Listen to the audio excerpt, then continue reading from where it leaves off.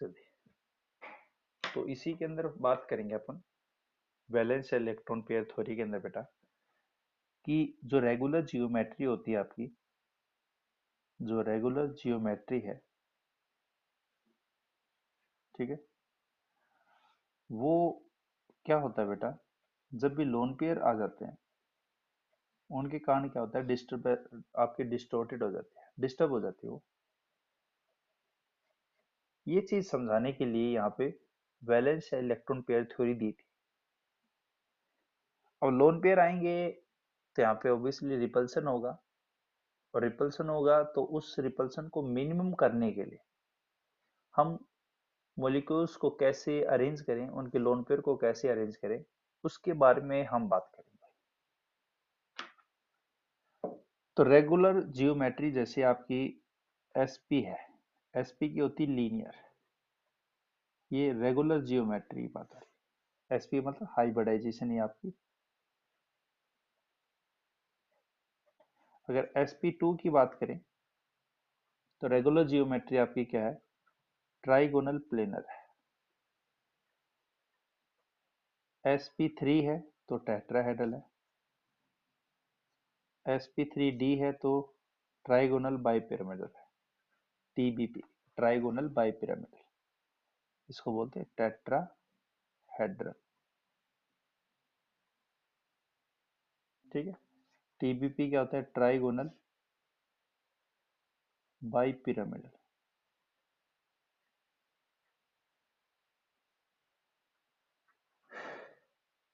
और sp3d2 है तो उसकी जियोमेट्री जो होती है वो होती है ऑक्टाहेड्रल, ठीक। ये आपका ऑक्टाहेड्रल।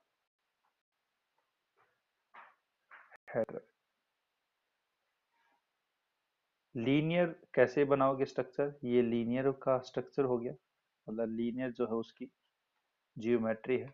ट्राइगोनल प्लेनर कुछ ऐसा हो गया बेटा आपका।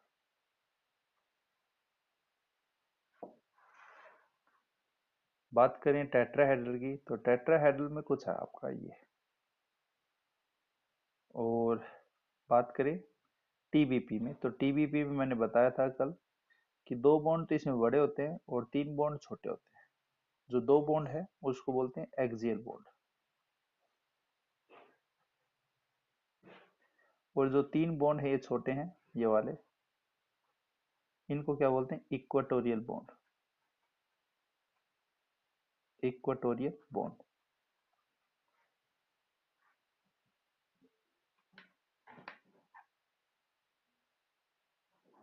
जो एक्सियल बॉन्ड है वो लंबे होते हैं और लॉन्ग बॉन्ड हमेशा वीक होते हैं। इक्वेटोरियल बॉन्ड छोटे होते हैं तो एस से शॉर्टर, एस से स्ट्रोंगर, जो शॉर्टर है वो स्ट्रोंगर होते हैं, ठीक है। ये ध्यान रखना क्योंकि जब केमिकल रिएक्शंस करेंगे तो उसमें हमें पता चलेगा इनके बारे में।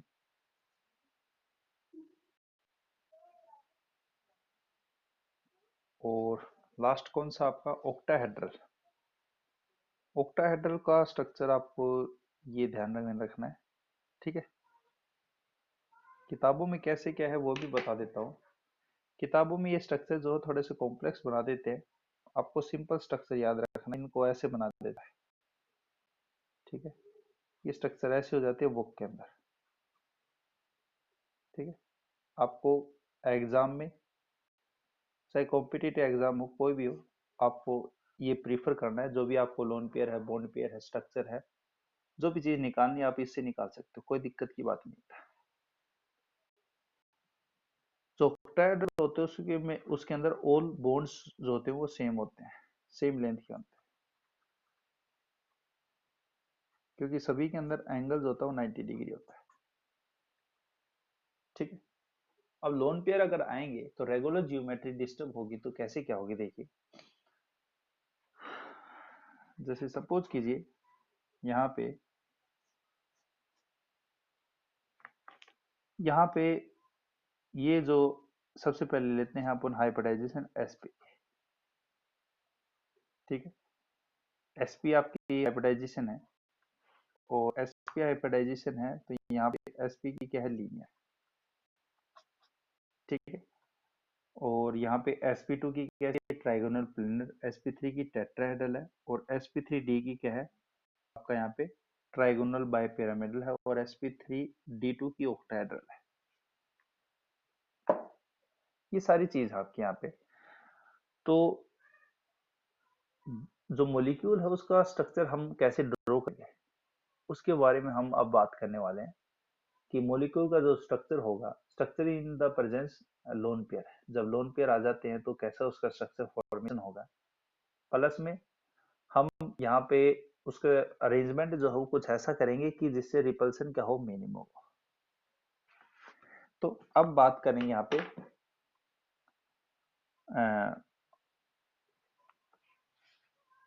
ड्रॉ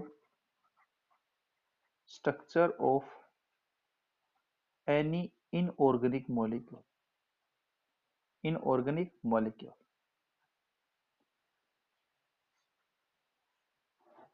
ठीक है, कोई भी इनऑर्गेनिक मॉलिक्यूल है उसका स्ट्रक्चर कैसे हमें ड्रॉ करना है, उसके कुछ टिप्स आपको पहले ध्यान में रखना है। सबसे पहला पॉइंट क्या है, सबसे पहला आपको जो पॉइंट है, कुछ पॉइंट है, 4-5 पॉइंट है, वो पहले बताएंगे।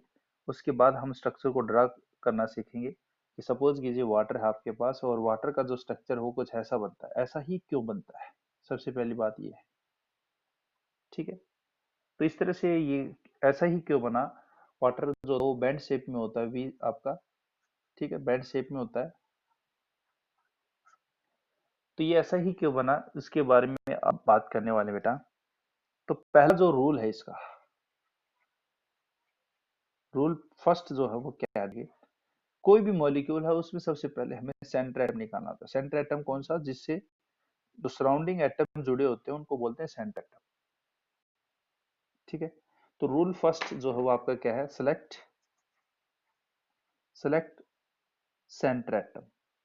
बस, सेंटर एटम क्या होता है, जो मोर इलेक्ट्रोपॉजिटिव एटम होते हैं, या इसी बात को हम ऐसे लिख सकते हैं जिसकी इलेक्ट्रोनेगेटिविटी क्या हो, लेस हो। लेस इलेक्ट्रोनेगेटिव एटम जो होंगे उस वो आपके सेंटर एटम होंगे। पर इसमें एक्सेप्शन भी होता है। एक्सेप्शन इसमें क्या होता है, हाइड्रोजन और फ्लोरीन जो है ये कभी भी सेंटर एटम में यूज नहीं होते हैं। ठीक है, ये सेंटर एटम में कभी भी यूज नहीं होते, आपके हाइड्रोजन है और फ्लोरीन है। जैसे अब एग्जांपल लें अपन H2SO4, इसमें सेंटर एटम कौन सा होगा, सेंटर एटम का मीन समझ गए ना, जिससे आपके जो सराउंडिंग एटम्स हैं वो जुड़ते हो, उनको बोलते हैं, उसको बोलते हैं सेंटर एटम। तो हाइड्रोजन को तो लेना ही नहीं है, अब बचा कौन सा, सल्फर और ऑक्सीजन। अब आपको ये देखना है कि सल्फर और ऑक्सीजन में किसकी इलेक्ट्रोनेगेटिविटी कम है। अब सल्फर और ऑक्सीजन, आप ग्रुप 16 में जाते हो तो पहले ऑक्सीजन आता है फिर आपका सल्फर आता है। अब हमें पता है कि ऊपर से नीचे की ओर जाते हैं तो इलेक्ट्रोनेगेटिविटी आपकी क्या थी, घटती है। इलेक्ट्रोनेगेटिविटी आपकी क्या होती है, डिक्रीज होती है। जैसे पिछले चैप्टर में अपन ने पढ़ा, इसका मतलब इलेक्ट्रोनेगेटिविटी जो है वो ऑक्सीजन की ज्यादा है। इसका मतलब हमें क्या चीज निकालना है, हमारा रूल क्या कहता है कि सेंटर एटम वही होगा जिसकी इलेक्ट्रोनेगेटिविटी क्या होगी, कम होगी। पहला रूल ये है आपका।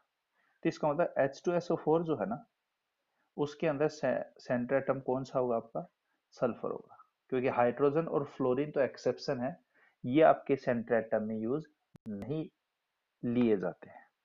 अब जैसे एक और एग्जांपल लो, H2O है, हाइड्रोजन तो होगा ही नहीं सेंटर एटम, तो इसका मतलब यहाँ पे सेंटर एटम कौन हो जाएगा आपका, यहाँ पे ऑक्सीजन हो जाएगा। जैसे और एग्जांपल लेते हैं, जैसे एग्जांपल लिया H3PO4, ठीक है, H3PO4 है आपका। अब इसमें अपने को पता करना है कि कौन सा जो मॉलिक्यूल है, मतलब कौन सा एटम सेंटर एटम आपका, तो सेंटर एटम कौन होगा आपका, यहाँ पे फॉस्फोरस होगा। यस या नो,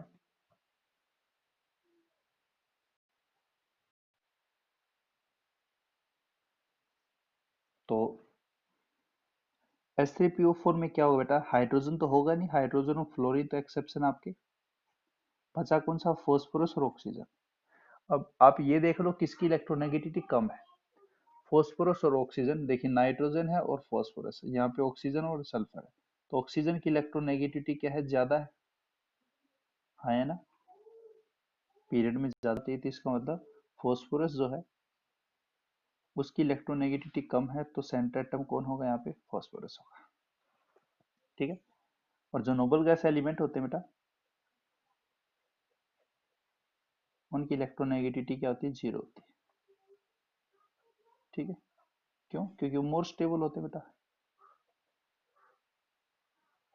ठीक है, ये पहला रूल है, सिंपल सा।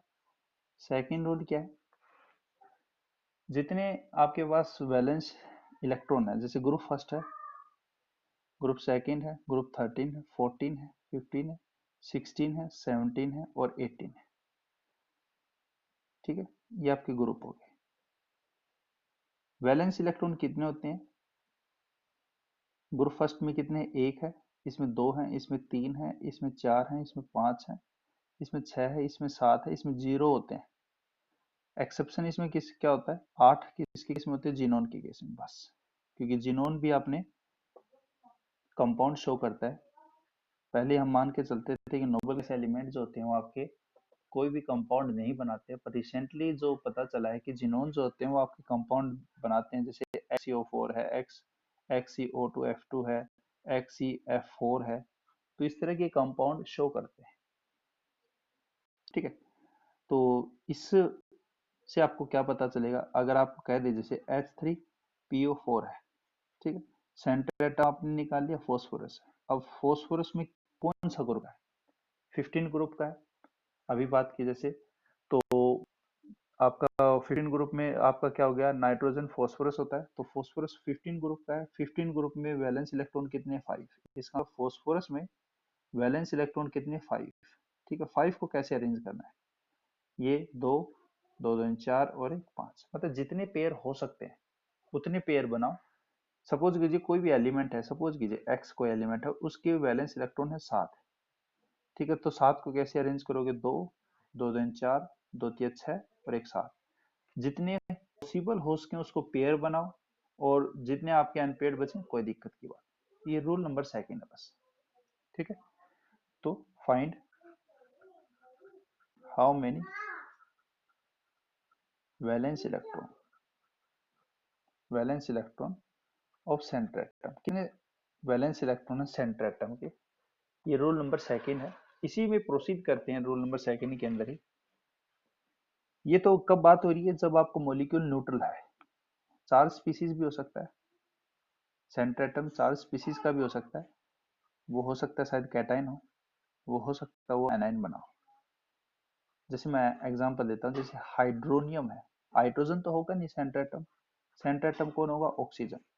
ऑक्सीजन का मतलब ये हुआ कि ऑक्सीजन सेंटर एटम है, वैलेंस इलेक्ट्रॉन इसमें 6 थे, पर ऑक्सीजन के ऊपर अब पॉजिटिव चार्ज हो गया, अब वैलेंस इलेक्ट्रॉन इसके ऊपर कितने हो गए, 5 हो गए।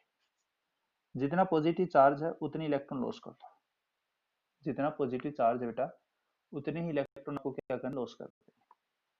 तो positive charge equal to number of electron loss, जितने इलेक्ट्रॉन लॉस हो सके। एनाइन में जस्ट उल्टा करना है, जैसे नाइट्रेट आयन है, NO3 माइनस है।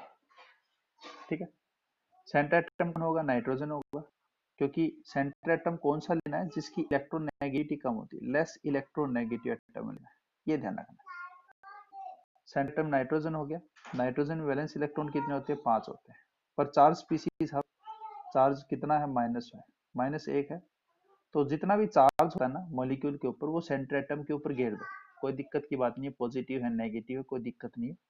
तो यहाँ पे कितनी होगी आपके पास, चार, चार और एक फालतू आ गया, 5। तो positive charge, sorry negative charge जितना ज्यादा है, मतलब negative charge equal to number of electron gain, उतने ही इलेक्ट्रॉन आपको गेन करा देने हैं।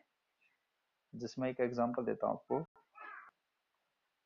अमोनियम है, ठीक है, सेंटर एटम कौन होगा, नाइट्रोजन, कितना चार्ज है, नाइट्रोजन में वैलेंस इलेक्ट्रॉन वैसे कितने होते हैं, 5, 15 ग्रुप आपका है, नाइट्रोजन पे चार्ज कितना, प्लस, मतलब एक इलेक्ट्रॉन लॉस कर देना, ये वाला लॉस कर दिया, बचे कितने, 4। ठीक है, तो ये आपका रोल नंबर सेकंड है कि आपको सेंटर एटम सेलेक्ट करना है, न्यूट्रल है कोई दिक्कत की बात नहीं है, चार्ज है तो चार्ज देख लो कैसा, पॉजिटिव चार्ज है तो उतने इलेक्ट्रॉन लॉस कर दो, नेगेटिव चार्ज है तो उतनी इलेक्ट्रॉन गेन करा दो। जैसे NO2 माइनस है, इसको बोलते हैं नाइट्राइट आयन। ठीक है, ऊपर क्या था आपका NO3 माइनस, उसको बोलते हैं बेटा नाइट्रेट आयन। ठीक है, सेंटर एटम क्या होगा, नाइट्रोजन। नाइट्रोजन वैलेंस इलेक्ट्रॉन कितने होते हैं नाइट्रोजन के, नॉर्मली 5 होते हैं, पर नेगेटिव चार्ज 1 है तो इसमें कितने हो जाएंगे, यहाँ पे 6 हो जाएंगे इसमें वैलेंस इलेक्ट्रॉन। तो इस तरह से आपको यहाँ पे क्या करना बेटा, वैलेंस इलेक्ट्रॉन को फाइंड आउट करना है, बस सिंपल सा कॉन्सेप्ट यहाँ पे। Rule number second, rule number third क्या है, देखिए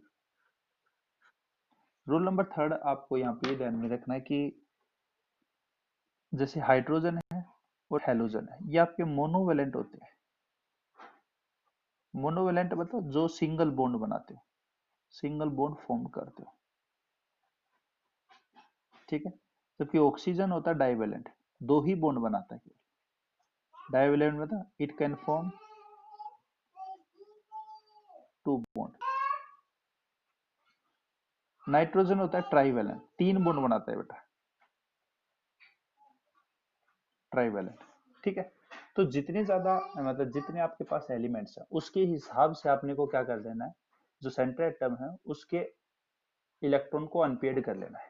जैसे मैं एग्जांपल देता हूँ आपको, जैसे CH4 है, सेंट्रल एटम कौन होगा, कार्बन। हाइड्रोजन तो होना ही नहीं, अब कार्बन के पास वैलेंस इलेक्ट्रॉन कितने हैं, 4। ठीक है, अब हाइड्रोजन देखना है, अब जुड़ने वाला एटम कौन सा आपका, हाइड्रोजन। हाइड्रोजन की नेचर देखनी है, तो हाइड्रोजन की नेचर कैसी है, मोनोवेलेंट, मतलब एक हाइड्रोजन एक बॉन्ड बनाएगा, 4 हाइड्रोजन कितने बॉन्ड बनाएंगे, 4। तो इसका मतलब 4 हाइड्रोजन को 4 इलेक्ट्रॉन चाहिए, तो यहाँ पे इलेक्ट्रॉन कितने अपने पास, 4, पर पेयर्ड है तो इनको क्या करना पड़ेगा, अनपेयर्ड करना पड़ेगा। बस जैसे बात करें अगर यहाँ पे सपोज कीजिए, मैंने एग्जांपल ले लिया NH4 प्लस अमोनियम प्लस ले लिया। ठीक है, ये ले लिया। सेंटर एटम क्या बेटा आपका, सेंटर एटम है नाइट्रोजन, सेंटर एटम नाइट्रोजन है, तो कितने होते हैं आपके पास, 5 होते हैं, पर ये नाइट्रोजन का है, नाइट्रोजन प्लस में कितने होंगे, 4 बचेंगे। अब हाइड्रोजन की नेचर कैसी है, मोनोवेलेंट, एक हाइड्रोजन एक बॉन्ड बनाएगा, मतलब एक इलेक्ट्रॉन चाहिए इसको, तो 4 हाइड्रोजन को 4 अनपेड इलेक्ट्रॉन चाहिए, कहने का अर्थ ये है। जैसे CO2 है सपोज करो, कार्बन कितना है आपका, 4 है। ठीक है, और कोई चार्ज है नहीं, तो ऑक्सीजन, एक ऑक्सीजन कितने बॉन्ड बनाएगा, 2 बॉन्ड बनाएगा, तो 2 ऑक्सीजन कितने बनाएंगे, 2 दूनी 4, मतलब चारों की चारों इलेक्ट्रॉन कैसी चाहिए, इसको अनपेड चाहिए। ये इसका कहने का अर्थ है। रूल नंबर जो थर्ड है आपका, जैसी नेचर है एलिमेंट्स की उतनी ही आपको क्या कर देना है, एलिमेंट्स को मतलब इलेक्ट्रॉन को अनपेड कर देना है। ठीक है, जैसे मैं एक एग्जांपल और देता हूँ, वाटर है, सेंट्रल एटम क्या है, ऑक्सीजन, वैलेंस इलेक्ट्रॉन कितने हैं आपके पास, 6 है, 16 ग्रुप का है, पर हाइड्रोजन जो है वो दो ही, एक हाइड्रोजन एक बॉन्ड बनने वाला, एक इलेक्ट्रॉन चाहिए, 2 हाइड्रोजन को 2 चाहिए, मतलब आपको केवल और केवल क्या करना है, 2 ही इलेक्ट्रॉन को अनपेड करना है। ये कहने का अर्थ है इसका। जैसे अमोनिया है, सेंट्रल एटम आपका क्या है, नाइट्रोजन, तो यहाँ पे कितने वैलेंस इलेक्ट्रॉन है, 5, कोई चार स्पीसीज है नहीं।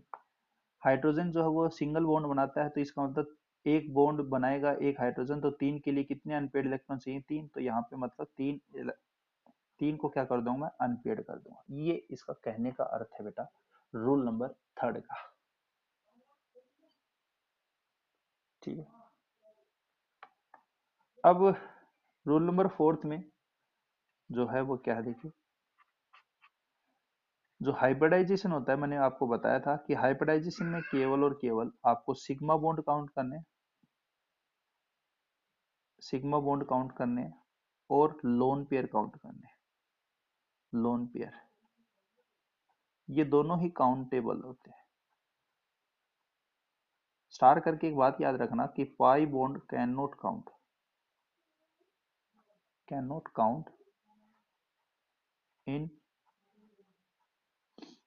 हाइब्रिडाइजेशन में पाई बॉन्ड काउंट नहीं होते हैं।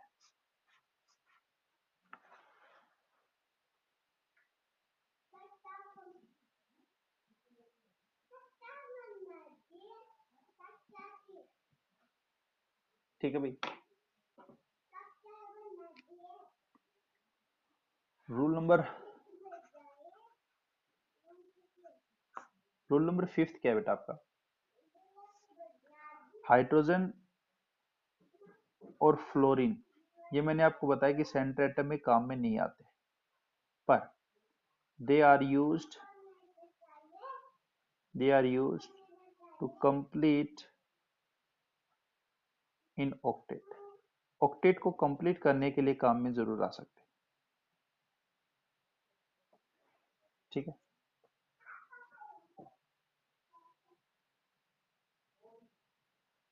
ये कुछ रूल है आपके, 4-5 रूल है सिंपल से। ठीक है। अब इससे आप कोई भी मॉलिक्यूल है, इनऑर्गेनिक मॉलिक्यूल है, उससे आराम से हम किसी उसका स्ट्रक्चर फाइंड आउट कर सकते हैं। जैसे कैसे निकालेंगे, जैसे मैं एग्जांपल लेता हूँ CH4 का। ठीक है, सिंपल सा एग्जांपल लेते हैं, फिर उसके बारे में बात करते हैं यहाँ पे क्या होगा। CH4 है, सबसे पहले सेंटर एटम सेलेक्ट करो। सेंटर एटम कार्बन, ठीक है। वैलेंस इलेक्ट्रॉन कितने? 4। ठीक है, 4 इसके वैलेंस इलेक्ट्रॉन है, और हाइड्रोजन जो है उसकी यहाँ पे कैसी नेचर है? मोनोवेलेंट है। तो इसका मतलब अपने को इलेक्ट्रॉन सारे के सारे अनपेड चाहिए, हाइड्रोजन जोड़ दो। जोड़ दिए, कोई दिक्कत? सबसे पहले आपको S फिल करना है, फिर P फिल करना है। P में ऑर्बिटल कितनी होती है? 3 होती है। फिर आपको क्या फिल करना है? D फिल करना है। D में कितनी होती है? 5 होती है। ठीक है, तो पहले S भरोगे, फिर P भरोगे, फिर D भरोगे। D तक आपके D2 तक आता है। 4 बॉन्ड बने हैं, तो इसका मतलब पहला बॉन्ड S, सारे के सारे सिग्मा बॉन्ड है। ठीक है, पहला S हो गया, फिर P, P और P। यहाँ पे बॉन्ड, जो बॉन्ड पेयर्स होते हैं बेटा, वो किसके इक्वल होते हैं? नंबर ऑफ सिग्मा बॉन्ड के इक्वल होते हैं। ठीक है, जो कितने सिग्मा बॉन्ड है उतने बॉन्ड पेयर हैं। जैसे यहाँ पे सिग्मा कितने हैं? 4, तो बॉन्ड पेयर कितने हो गए? 4। बस, बॉन्ड पेयर 4 हो गए। लोन पेयर यहाँ पे कोई है नहीं, लोन पेयर आपके, क्योंकि सारे के सारे आपके इलेक्ट्रॉन यूज हो चुके हैं, तो यहाँ पे कितने हो गए? 0।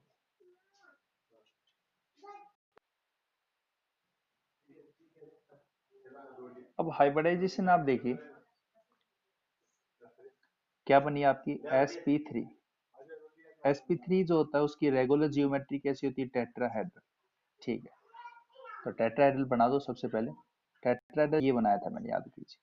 x की जगह सेंटर एटम लगाना है, कार्बन, और सब्स्टिट्यूएंट कैसे आपके? Hydrogen, hydrogen, hydrogen, hydrogen. सारे के सारे आपके क्या है? सिग्मा बॉन्ड है।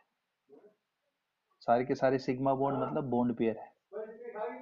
सारे के सारे आपके क्या है? बॉन्ड पेयर है बेटा। ठीक है, तो यहाँ पे ये आपका CH4 का स्ट्रक्चर आपका सिंपली ये बन जाएगा। अब बात करें जैसे H2 की। ठीक है, H2 में बात करें तो सेंटर एटम ऑक्सीजन होगा, हाइड्रोजन और फ्लोरीन तो होगा नहीं। ठीक है, तो ऑक्सीजन आपका सेंटर एटम, कितने वैलेंस इलेक्ट्रॉन है? 6।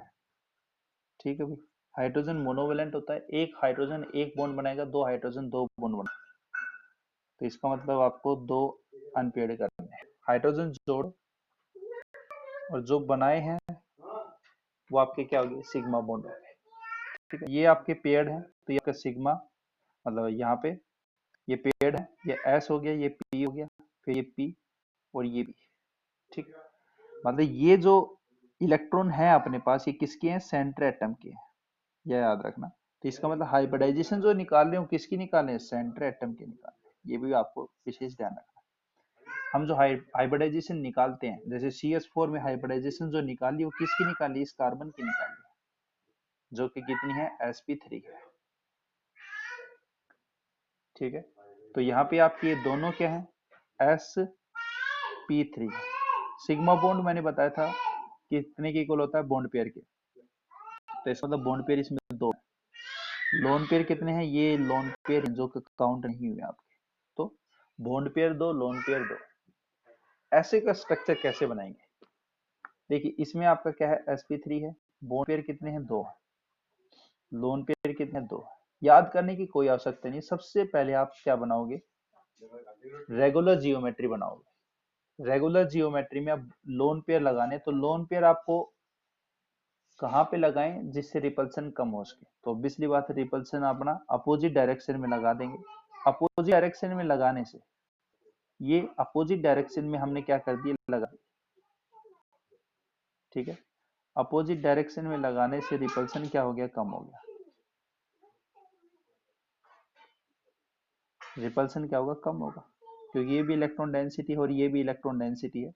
तो रिपल्सन जितना कम हो सके, हम क्या करते हैं, उन उन लोन पेयर को क्या करते हैं, अपोजिट डायरेक्शन में लगाते हैं। यही क्या बताया था, वेस्पर थ्योरी ने बताया था।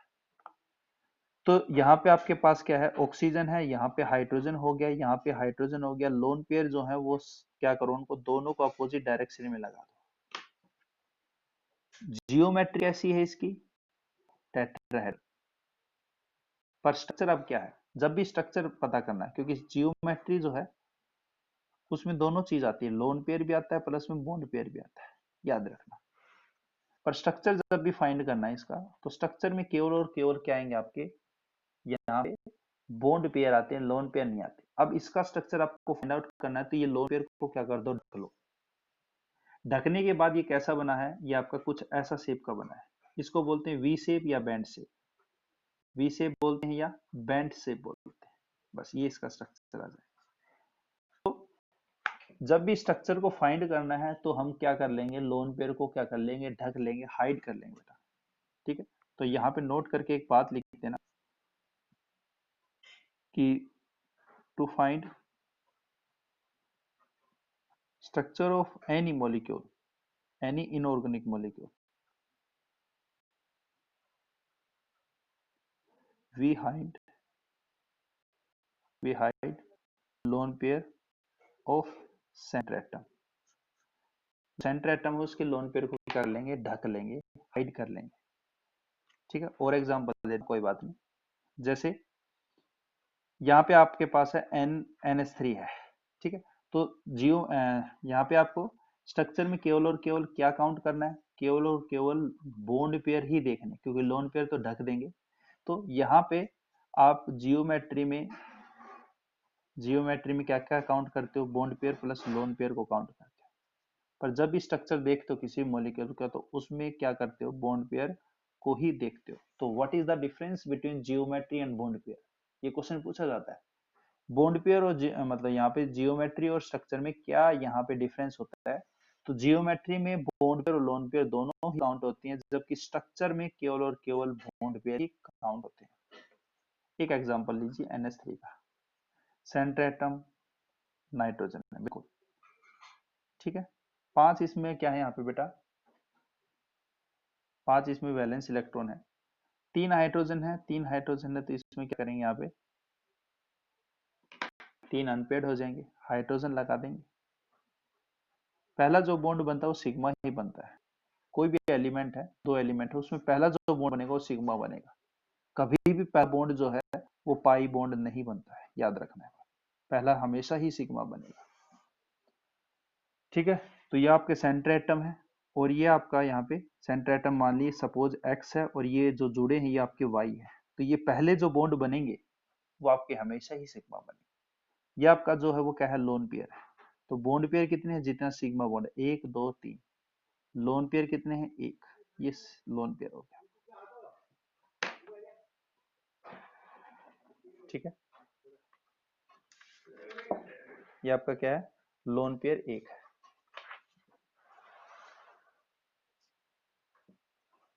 तो यहाँ पे नाइट्रोजन ये था, ठीक है। कोई भी X है आपका, टेट्राहेड्रल यही होता है। सेंटर एटम जो X हो नाइट्रोजन हो गया, यहाँ पे लोन पेयर जो है वो अपन ने ऊपर लगा दिया, और ये हाइड्रोजन हो गया। इसका स्ट्रक्चर कैसे होगा, देखिए ये आपका नाइट्रोजन है, ये आपके मॉलिक्यूल है, ये आपका स्ट्रक्चर है। आप खुद देखिए इसका जो स्ट्रक्चर वो कैसा है। अगर आप यहाँ पे आगे खड़े होके देखते हो तो आपने इजिप्ट के पिरामिड नहीं देखे? इजिप्ट के जो पिरामिड होते हैं आपने मूवी में भी देखे होंगे, द मम्मी नाम के फिल्म जो आती है उसमें। तो ये इजिप्ट के जो पिरामिड होते हैं, तो ये आपका क्या होता है, पिरामिडल स्ट्रक्चर होता है। पिरामिडल, आगे ऊपर लोन पेयर होता है बिल्कुल, और लोन पेयर को जैसे ही ढक लेंगे तो ये कैसा दिखेगा आपको, यहाँ से आप आगे खड़े होके देखोगे तो ये पिरामिड टाइप का दिखेगा। तो इसी को हम क्या बोलते हैं, पिरामिडल। पिरामिडल कब बनेगा, तो यहाँ पे जियोमेट्री कैसी है इसकी, जियोमेट्री तो टेट्राहेड्रल ही है, पर स्ट्रक्चर जो हो गया वो क्या हो गया, इसका पिरामिडल हो गया।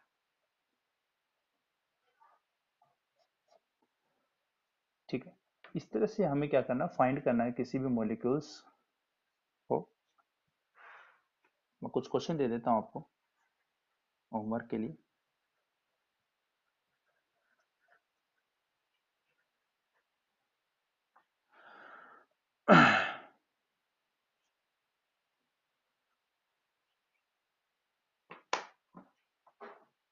ठीक है, ये कुछ क्वेश्चन आपको आपको होमवर्क है बेटा आपका, इनको करना है। इसके आगे फर्दर और भी बात करेंगे। जैसे आपका लास्ट जो रूल था वो कह रहा था कि हाइड्रोजन और फ्लोरीन जो है वो सेंट्रल एटम में काम में तो नहीं आते, पर ऑक्टेट को कंप्लीट करने के लिए काम में आते हैं। ठीक, उसको अपन नेक्स्ट क्लास में देखेंगे। आज के लिए इतना ही करेंगे बेटा।